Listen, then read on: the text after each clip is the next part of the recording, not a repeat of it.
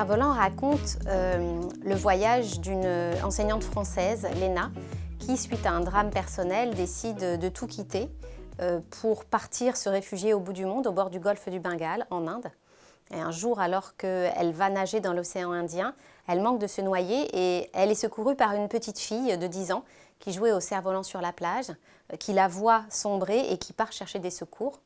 Léna décide de remercier l'enfant et découvre alors que la petite fille travaille dans un petit restaurant tenu par des cousins, qu'elle n'a jamais été à l'école et qu'elle ne sait ni lire ni écrire. Pour aider cet enfant, Léna va d'abord s'employer à lui apprendre à lire et à écrire, et puis elle va décider de créer une école pour les enfants intouchables de ce quartier pauvre qui n'ont jamais été scolarisés.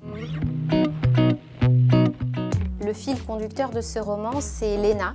C'est une femme qui a toujours voulu enseigner, qui a passé 20 ans à enseigner dans l'éducation nationale, et qui a toujours eu foi en son métier et qui a un grand respect aussi pour les valeurs de l'école de la République. Et cette foi, elle l'a perdue suite à un drame. Elle se retrouve vraiment, je dirais, au bord du précipice. Et pour tenter de survivre, pour tenter de se reconstruire, elle s'isole en Inde et finalement là-bas, elle trouvera exactement l'opposé de ce qu'elle cherchait. Elle cherchait l'exil, la solitude, le silence et elle va se retrouver au milieu de la foule, au milieu du bruit, au milieu de la vie, confrontée à tous ces enfants intouchables qui l'entourent et qui sont très en demande. Et donc c'est un parcours de résilience. Léna, elle va réapprendre à vivre et se reconstruire au contact de ses enfants et de cette communauté, de ce village.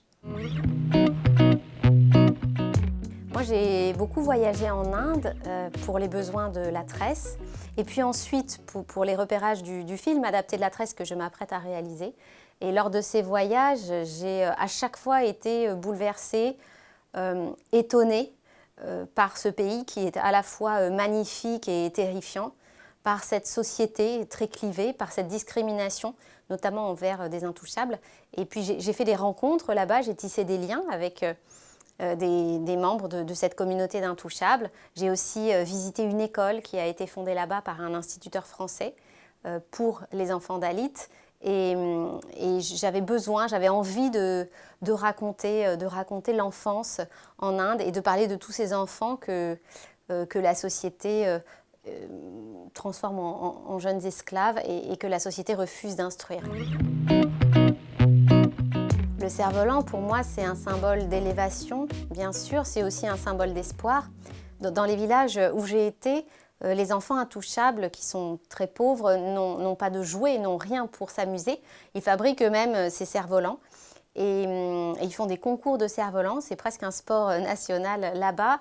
Et j'ai été frappée de voir ces grappes d'enfants jouer, monter parfois sur le toit des maisons pour faire voler leurs appareils. Et j'ai voulu en faire le symbole de l'élévation par l'éducation. Moi, je suis fille d'enseignante et j'ai vraiment voulu ce livre comme une ode à l'éducation.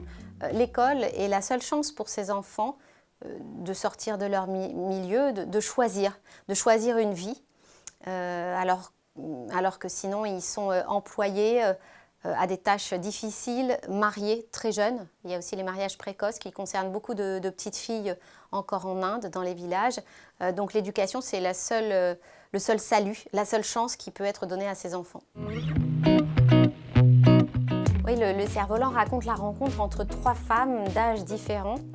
Cette petite fille de 10 ans, cette petite indienne intouchable, Léna, donc cette enseignante française, et puis Priti, qui est une jeune femme d'une vingtaine d'années, intouchable elle aussi, qui a créé une petite brigade de femmes, un petit groupe qui s'entraîne au self-défense et qui entend assurer la sécurité des femmes de ce village.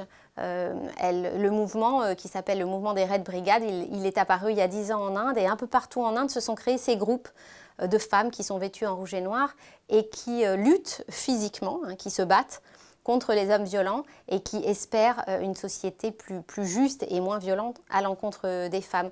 Donc le cerf-volant raconte cette rencontre et ces 3 femmes qui finalement ont des parcours très différents, des âges très différents. Elles vont se retrouver liées et elles forment une autre tresse, je dirais, une tresse différente de mon premier roman, mais en tout cas, elles sont liées par une forme de solidarité. Et puis, leurs 3 parcours sont des parcours de résilience, donc elles vont s'entraider les unes les autres. Voilà, j'ai toujours à cœur de parler des femmes et de parler aussi de la solidarité, de la sororité.